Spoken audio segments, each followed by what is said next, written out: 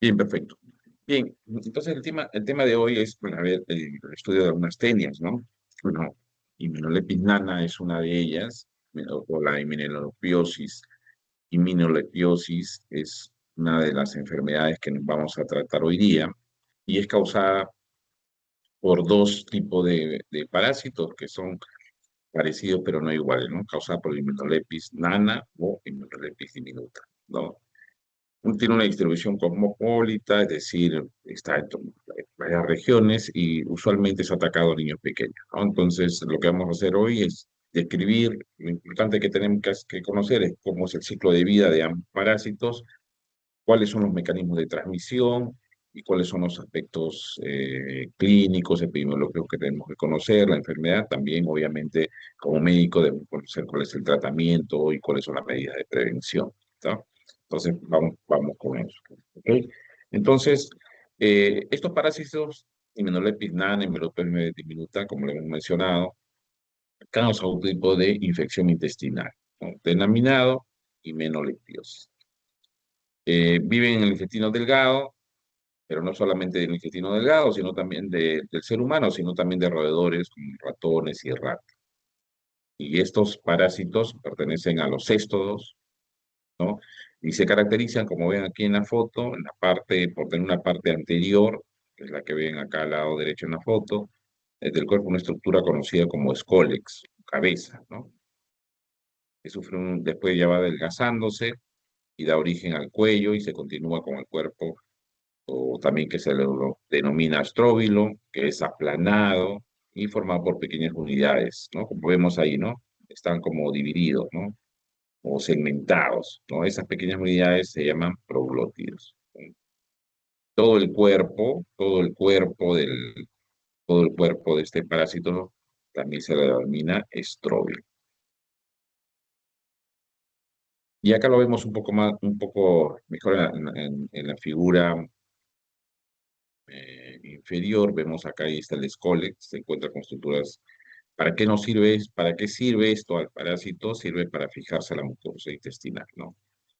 Eh, entonces, vemos ahí que tiene, ese es en el escole con la cabeza, que tienen unas estructuras que se van a fijar con eso, ¿no? Como se adhieren al intestino, a la mucosa intestinal. Y bueno, vemos acá en la otra parte, en la parte como vemos acá celeste, que es una parte aplanada, y vemos los segmentos, ¿no? Estos son los proglótidos y vemos más abajo en la parte más abajo podemos ver nosotros acá a los proglótidos, pero que son un órgano para la reproducción, también sirve para alimentarse, ¿no? También para eliminar desechos, ¿no? Y mientras más delgado, o sea, a medida o sea, más opuesto, más lejano a la cabeza, están estos proglótidos más desarrollados, ¿no? Y ya los últimos proglótidos son los que se encuentran llenos de huevos, este parásito, ¿no? Vemos ahí están las estructuras, ¿no? Este es su ciclo de vida, ciclo de vida de la Immunolepis, ¿no? El huevo embrionado en las heces son los métodos diagnósticos de infección, métodos diagnósticos de infección, ¿por qué? Porque con este huevo embrionado infecto y con este huevo embrionado también puedo hacer la identificación, ¿no? Se puede infectar, pero también lo puedo diagnosticar en las heces. Al ver este huevo embrionado, puedo identificar si es una Immunolepis nana o diminuta y puedo hacer el diagnóstico, ¿no? Pero también es el motivo de la cual se inicia la infección, ¿no? Estos huevos que salen de las heces de una persona infectada, estos huevos embrionados, pueden nuevamente, por una mala higiene y por manipulación de alimentos o mal aseo, puedo nuevamente estos huevos que estén en las heces ingresar nuevamente al ser humano. O de lo contrario, este huevo que está en las heces puede ser ingerido por un insecto. Estos insectos, eh, eh, dentro del insecto se van a desarrollar los cisticercoides, que se van a desarrollar, ¿no? Que es una fase del parásito.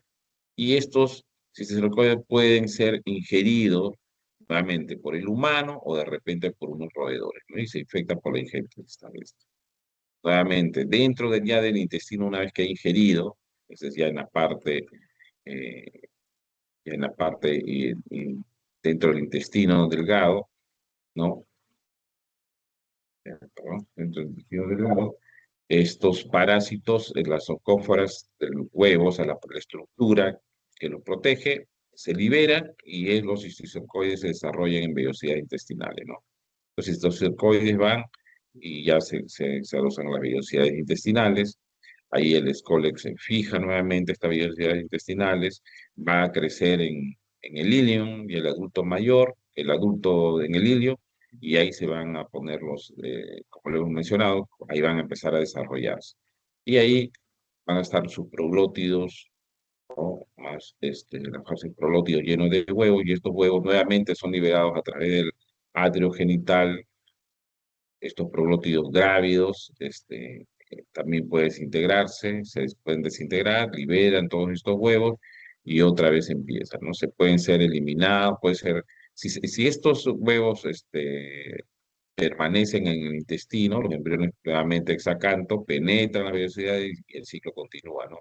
Sin embargo, también pueden ser eliminados por las heces y otra vez empieza el ciclo, ¿no? De vida. Bueno, esto es lo mismo que habíamos mencionado, nada más que está en inglés, y acá está, ¿no? Pero ¿cómo lo identifico? Miren, ustedes pueden ver ahí, aparentemente esas son unas fotografías en la cual podemos ver al parásito, ahí es una tenia, parece una telita, ¿no? Delgado con varios segmentos, se llaman proglótidos, ¿no? Ambos son blanquecinos, como listones ahí finos que hemos mencionado. Sin embargo, poseen algunas estructuras que puedan hacerla diferente. Primero es el tamaño, ¿no? Por ejemplo, la Hymenopteris nana mide de 2 a 4 centímetros. Por eso es que la llaman la tenia enana, ¿no? O Hymenopteris nana. Y la Hymenopteris diminuta es mucho más grande, mide hasta 60 centímetros, de 20 a 60 centímetros, ¿no? Y bueno, ambas, en su etapa de vida de desarrollo, esta larva puede también desarrollar como un cisticercoide, ¿no? Que es una etapa intermedia entre el huevo y el parásito adulto. Otro dato para tener en cuenta es que la Hymenopteris nana es el único cesto del ser humano cuyo ciclo biológico completo se puede realizar dentro de un solo hospedero, como lo habíamos mencionado, ¿no? El mecanismo de transmisión más común es por la ingestión de alimentos contaminados con huevos de parásitos, ¿no? Un huevo de parásitos, es decir, está contaminado con las heces, porque esos huevos están en las heces. Entonces, un mal aseo de alguien que está contaminado, coge una fruta, manipula alimentos, y esto puede ser cogido por alguien, puede ingerirlo. Entonces, además también de que infecta al humano, mecanismo que le estamos mencionando, también puede infectar al ratón, y el ciclo de vida puede participar también los artrópodos, como huéspedes intermediarios que albergan la fase larvaria, como lo hemos visto en el gráfico anterior, ¿no? Ah. En cambio, la Hymenopteris diminuta sí es un parásito de roedores, ¿no? Acá es diferente. El anterior, la Hymenopteris nana, es un parásito del humano, sin embargo, la diminuta es un parásito de roedores. O sea, eh, el humano se contagia accidentalmente. ¿Cómo? Cuando come artrópodos que albergan la forma larvaria. ¿Y cómo voy a comer artrópodos, no? ¿Por qué? Porque a veces están en los granos, esos artrópodos infectados, o se cocinan bien, uno ingiere y podemos estar infectando, ¿no? ¿Cuáles son los huéspedes intermediarios? Los escarabajos, las cucarachas, creta, mariposas. Miren, acá está una característica de cómo nosotros podemos ver los huevos, ¿no? 60-80 micros de diámetro son los huevos. El Hymenopteris diminuta acá tiene una gruesa membrana externa, transparente, y una delgada externa que envuelve al embrión hexacanto, como vemos acá, ¿no? Y vemos acá los ganchos, ¿no? Que en forma de abanico, ¿no? Vemos ahí, ¿ve? Ahí están las fotos, son los ganchos, los cólicos, puesto en forma de abanico, esos ganchitos, ¿no? Y entre las dos membranas existe una matriz gelatinosa, mira, vemos, ¿no? Vemos donde están los ganchitos, está cubierto por una membrana y hay otra membrana más externa. Y entre esas dos hay una matriz gelatinosa, ¿no? Incolora, ¿no? Y esto es lo que diferencia y podemos diferenciar entre la Heminolepis nana y la Heminolepis diminuta. La diminuta no tiene estos filamentos, hay unos filamentos polares que se colocan aquí en esta parte gelatinosa y es lo que diferencia. Esa es una Heminolepis nana, ¿no? La diminuta no tiene.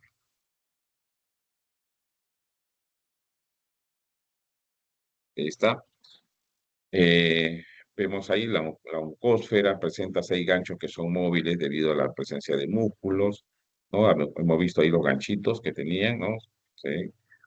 ¿Qué más se pueden observar en la forma de estructura, ¿no? Se han observado glándulas de penetración unicelulares, ¿no? Que tienen una función de lubricante, o son citolítica, ¿no? Para el embrión o digestivos y pancreáticos del huésped, ¿no? Por eso es que permanecen ahí en el intestino. Este es Heminolepis nana. Los huevos miden de 40 a 30, 50 micras. Está cubierto por una membrana externa delgada y una interna lipoproteica. En ambos extremos, entre la oncósfera y la cubierta extensa, se encuentran dos protuberancias en las que emergen 4 o 8 filamentos polares. O sea, dentro, esto es la Heminolepis nana, ¿no? En la parte polar, o sea, en los extremos, hay unos ciertos filamentos, ¿no? A lo que nosotros le denominamos filamentos polares. Esto es lo que tiene la Heminolepis nana. La Heminolepis diminuta no lo tiene. Ahora, si este parásito vive en el intestino, los principales síntomas que presenta el paciente va a ser a nivel del intestino, ¿no?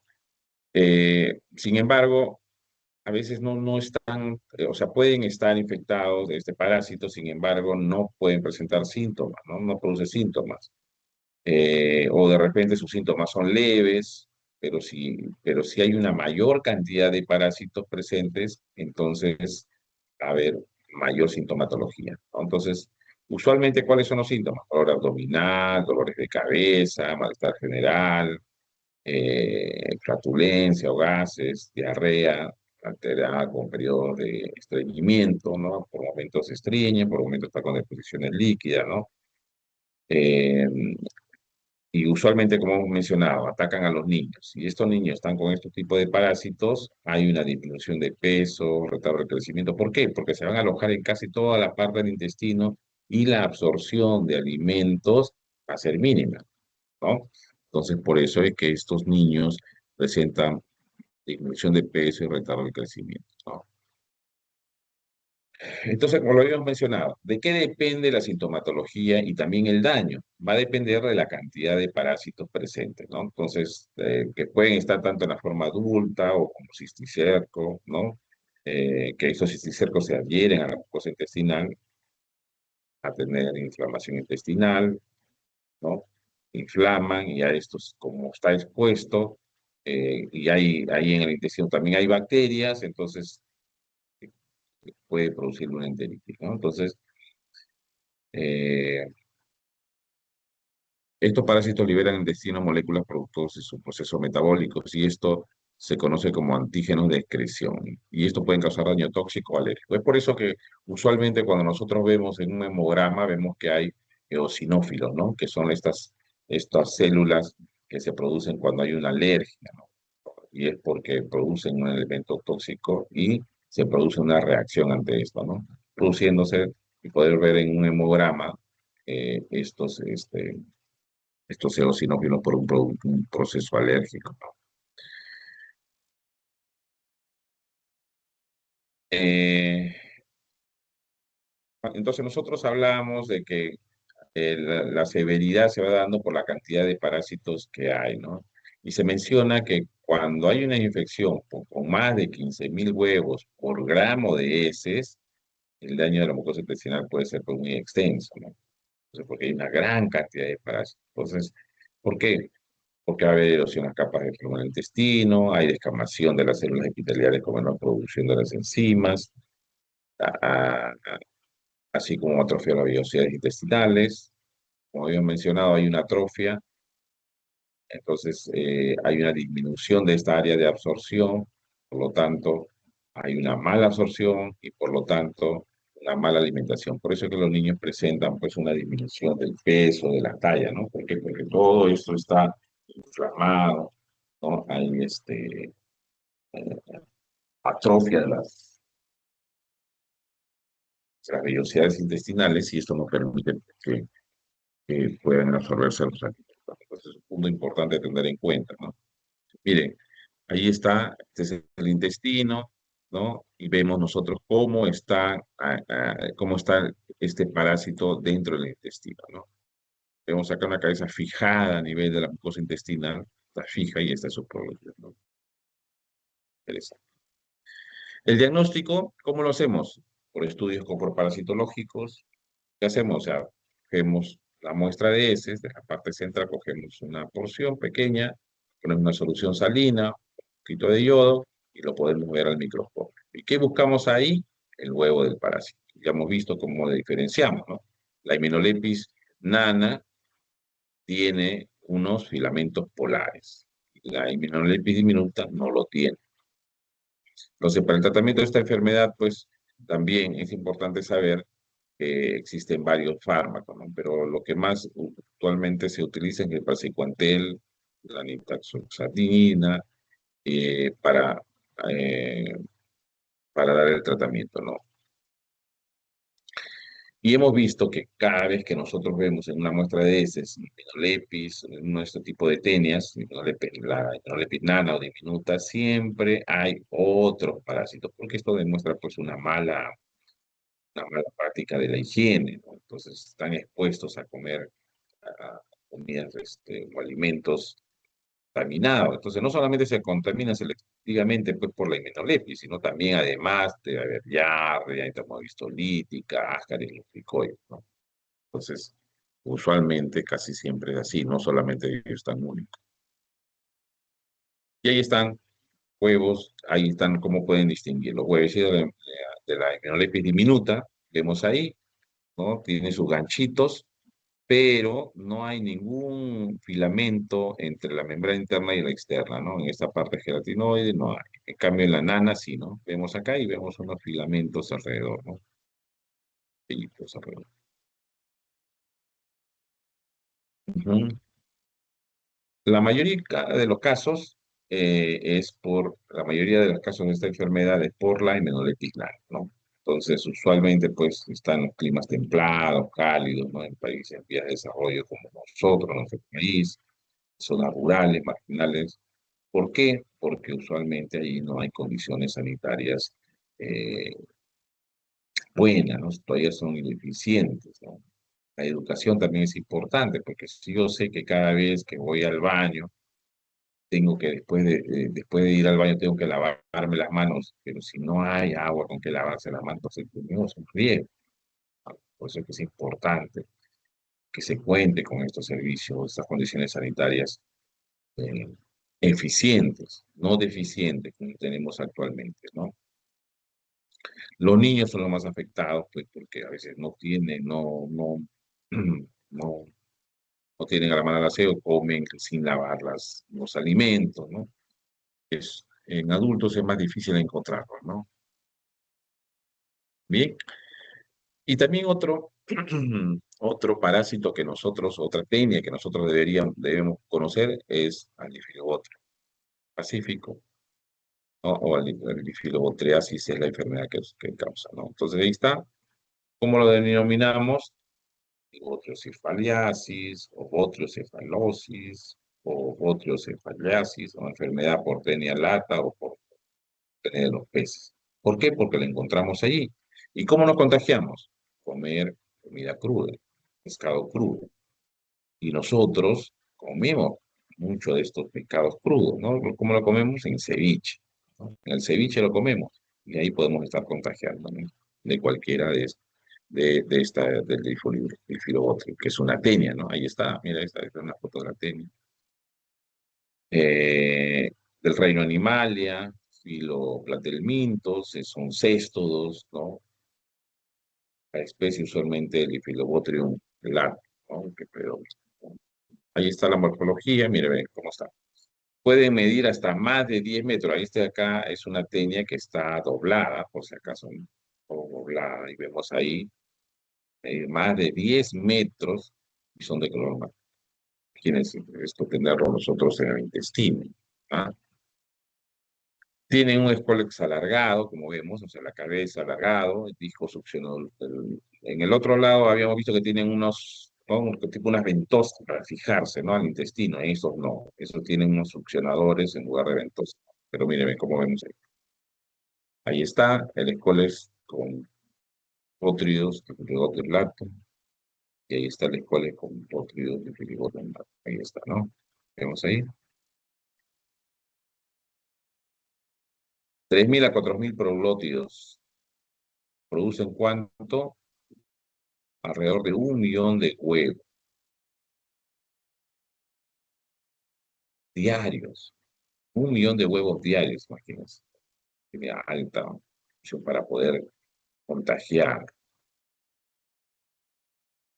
Bien. Entonces acá tenemos, acá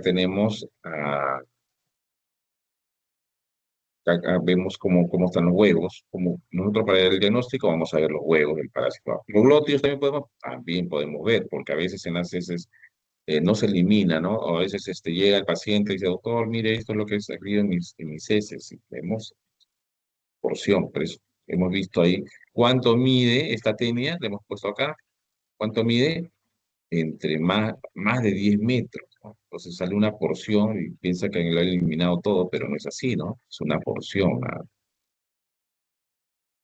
Mm. Y podemos verlo por eso, pero pues, podemos verlo en las heces del huevo, ¿no? Entonces son ovoides y operculados, ¿no? O sea, cubierta lisa y delgada. Los opérculos son esta parte de acá, vemos acá del gráfico, de los gráficos que tenemos ahí, en la parte inferior, tiene una parte, ¿no? Como un sombrerito, esos son los opérculos, por eso le llamamos operculado. Surge junta con las heces de los hospederos sin embrionar y deben incubarse en el agua. Pues tiene varios pasos, ¿no? Para poder, ahí lo vamos a ver. Y acá está, larva, los cercoides del Phyllobothrum latum. Y estas larvas de los cercoides son más pequeñas, ¿no? Miden entre 1 a 5 centímetros, ¿no? Son pequeñas. Pero ya sabemos que pueden medir hasta más de 10 metros. Vemos cómo está, ¿ven? Vemos las partes. Habíamos visto, mira, acá en la fotito habíamos visto que su escólex es alargado, ¿no? Mira, miren acá, ¿no? Aquí está la cabecita que es más alargado, y después viene el cuello, de ahí viene el proglótido que es el cuerpo, y vemos acá los proglótidos, ¿no? Y los proglótidos podemos encontrar, lo vamos ampliando, ¿no? Mira, vemos eso, vemos acá en la parte inferior izquierda, cómo están los proglótidos, lo hago un acercamiento mayor y veo que ahí están unas bolsitas con determinado contenido. Le hago aún una ampliación mayor y vemos los huevos ahí. Vemos los huevos con sus opérculos. Ajá. Podemos saber que es un difilobotro, ¿no? ¿Cómo se transmite? Como lo hemos mencionado, la transmisión ocurre al consumir pescado fresco, crudo, y estos sí van a tener dos hospederos intermedios, ¿no? Que son los crustáceos o peces de agua dulce. Entonces, primero van a parasitar en el intestino delgado en diversos mamíferos piscívoros, o un hospedador definitivo, incluso perros, gatos, ¿no? Especialmente en los países nórdicos de Rusia y Alaska, ahí están los osos polares, y eso, ¿no? Este es el ciclo biológico. eh, Igual, eh, como lo habíamos mencionado, el otro nato requiere dos hospedadores intermediarios y el definitivo viene a ser el hombre, ¿no? El hombre viene a ser el hospedero definitivo, ¿no?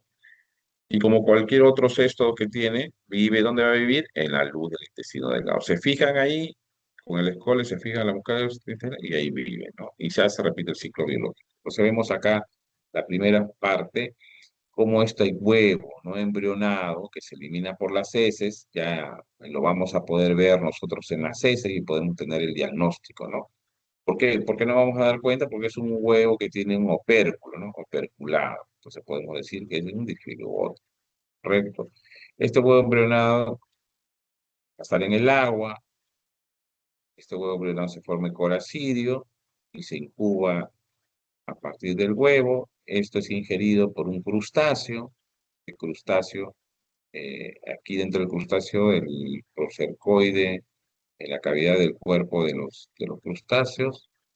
Los crustáceos puede ser ingerido por un pez de agua dulce, ¿no? Este, ese procercoide se puede poner, ingresar y quedarse en el músculo de este pez, y es una etapa infecciosa. Esto luego, entonces ingerido, o sea, ingerido, el hombre se adhiere eh, en el intestino y ahí desarrolla hasta ser adulto, ¿no? Adulto en el intestino delgado. Entonces acá tenemos otro gráfico de cómo se dan las infecciones. Entonces vemos que las muestras, vamos acá un poquito más abajo donde está el punto amarillo, que es uno, dice que aquí está el huevo no embrionado, que es operculado, que son eliminados en las heces. De esto, casa se va a incubar y van a estar en forma de coracidio, que son liberados en los huevos ingeridos por los crustáceos, ¿no?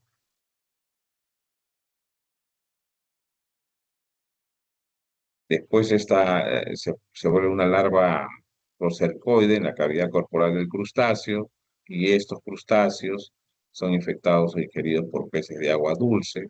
Entonces esta larva procercoide se desarrolla hasta larva plamicer o plerocercoide, ¿no? Larva plerocercoide. Y esto, como van a estar estos peces pequeños, pueden ser ingeridos por un pez depredador que quiera peces infectados, y el humano pues ingiere carne cruda o mal cocida de pescados infectados. Y el ceviche, bueno, es uno de los causantes de esto, ¿no? ¿No? Llega al intestino, ¿no? Ahí va a desarrollar hasta hacerse un adulto de intestino delgado y de ahí nuevamente eliminan los prolótidos que liberan los huevos inmaduros y se van a eliminar por las heces y nuevamente continúa el ciclo biológico, ¿no? ¿Cuál es la sintomatología?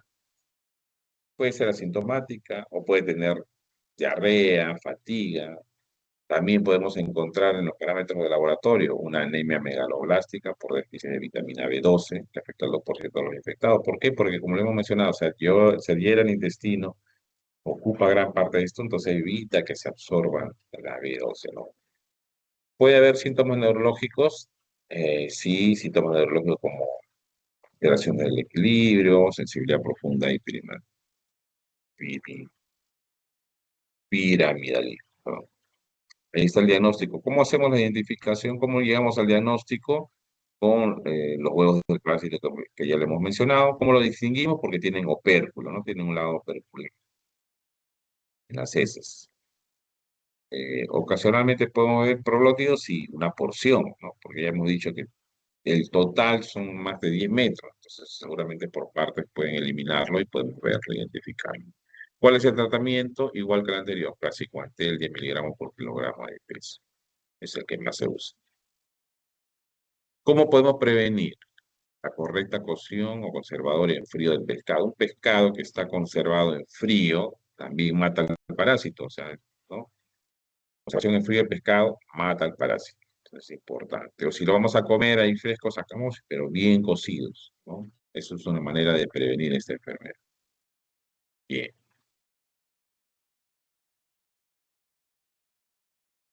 Bien, ¿alguna consulta allí?